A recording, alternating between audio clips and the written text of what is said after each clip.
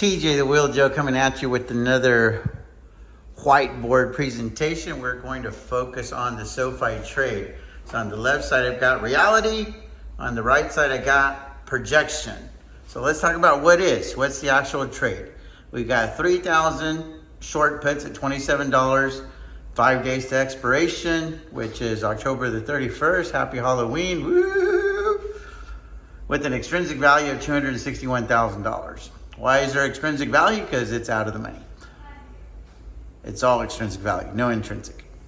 There's 3,000 short calls at $34 strike, 5 days to expiration with $111,000 of extrinsic value, meat on the bone.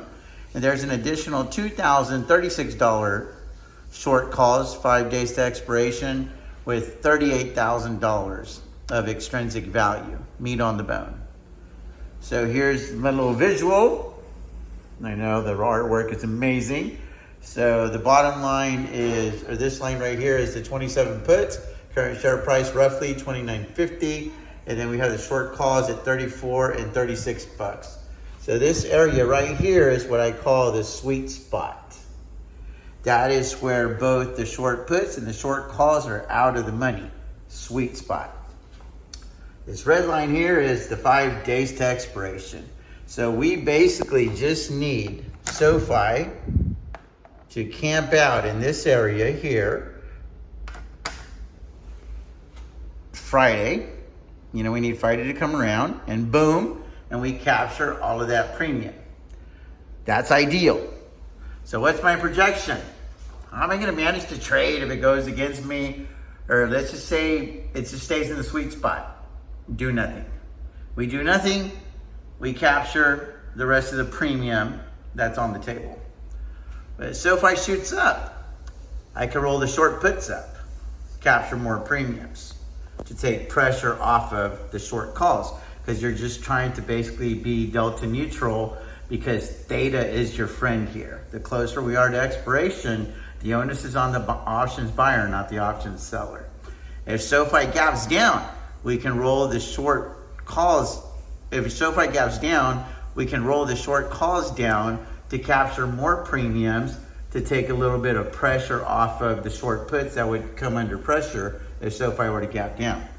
Now, if SOFI gaps down hard, then we just roll out and down and out and down, 60 days to expiration, maybe go from a 27 put to like a 25 put, and probably stay in that 34 range depending on what happens with the earnings and whatnot. So we'll have a nice little highway there of like 25 to 35, something like that.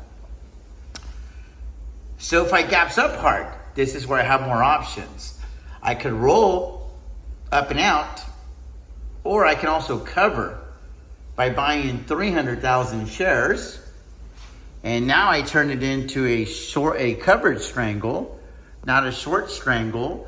So SOFI decides to go to the moon, I'm in a position to deliver the shares at $34 and $36 respectively. So let's say we cover at 31 bucks, 32.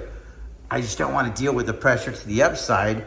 I could just buy the 300,000 shares. We got to move a couple positions around to make it happen, but we do have enough money in the portfolio to be able to do so. So what I think is going to happen? I think SOFI is going to gap up to about 30, 31. I think the high for the week will probably be in that $34 to $35 range. And I will be feeling a little bit of pressure over here on the 34 calls and the 36 calls. But the good news is that the delta is higher on the 27 puts right now.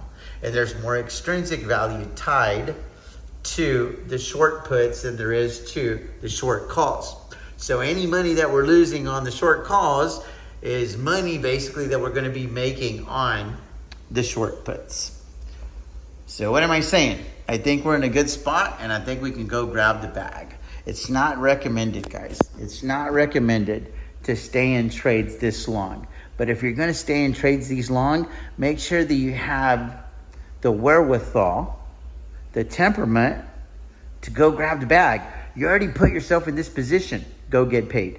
TJ the Wheel Deal signing off. As always, remember, skies stay blue, stocks green. Peace out. God bless you guys.